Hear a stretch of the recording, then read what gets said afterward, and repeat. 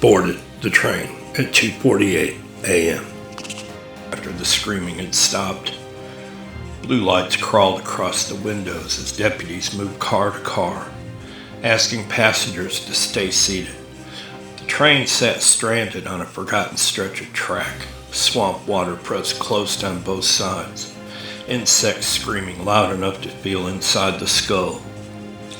Detective Mara Ives knew the moment she stepped inside that this wasn't going to be a normal homicide.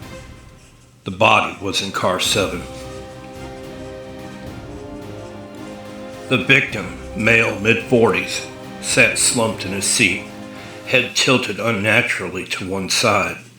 No obvious wounds, no blood. His eyes were open, fixed on nothing.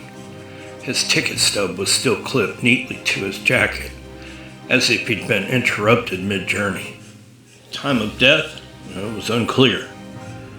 "That's impossible," the conductor said quietly. "I walked through this car less than 10 minutes ago." "Then you missed something," Mara replied. Every passenger in car 7 told the same story. They hadn't seen anything. No argument, no struggle.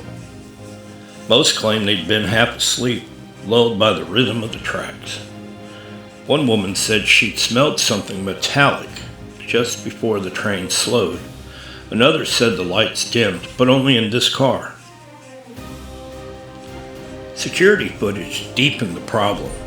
At 2:11 a.m., the victim was alive, scrolling on his phone. At 2:12, the screen glitched, static, heavy, and slow, like water running over glass. At 2:13, the man was dead. No one approached him. No one left their seat. No movement explained how it happened. And then there was the empty seat beside him. "Well, who was sitting there?" Mara asked. No one answered. A college student frowned. "I thought it was empty the whole ride." Another passenger shook his head. "No, someone was there earlier. I think a guy. Really quiet." "What did he look like?" Mara pressed. Well, they couldn't say.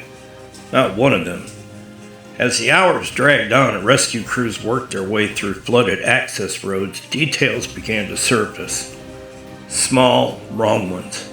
The victim's watch was stopped at 2:17 a.m., even though the camera showed his death earlier.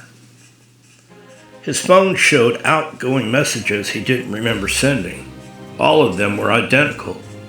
"I'm not supposed to be here." Mara noticed something else. The windows. Every reflection in car 7 was slightly off. People's movements lagged. Faces didn't quite line up, and the reflection in the empty seat, just for a moment, showed a shape that wasn't there in reality. Too tall, too thin, sitting perfectly still. Then it was gone. A deputy burst in from the rear of the car. "Detective, K9 lost the scent." "Lost it? How?" Deputy swallowed. "Like it stepped sideways. Tracks just end right at the window. They found marks on the floor near the empty seat, scuffs that didn't match any shoe. The metal beneath was, well, it was just faintly worn, as if something had been there very, very recently." Outside, the swamp went quiet. No insects, no birds. Just the water shifting slowly, deliberately. When the train finally reached the next station near dawn, the body was still there, real and undeniable. Coroner confirmed death by massive internal trauma, organs disrupted without external injury, as if pressure had been applied from every direction at once. But there was no suspect. No fingerprints, no DNA, no missing passenger. The empty seat, it remained empty.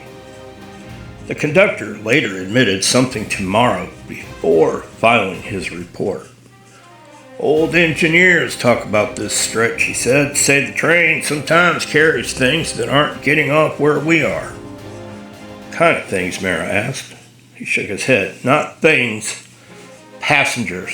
Ones that don't belong anymore." "Well, the case was never solved. The killer was never found. but Amtrak quietly retired Car 7 from night service for months.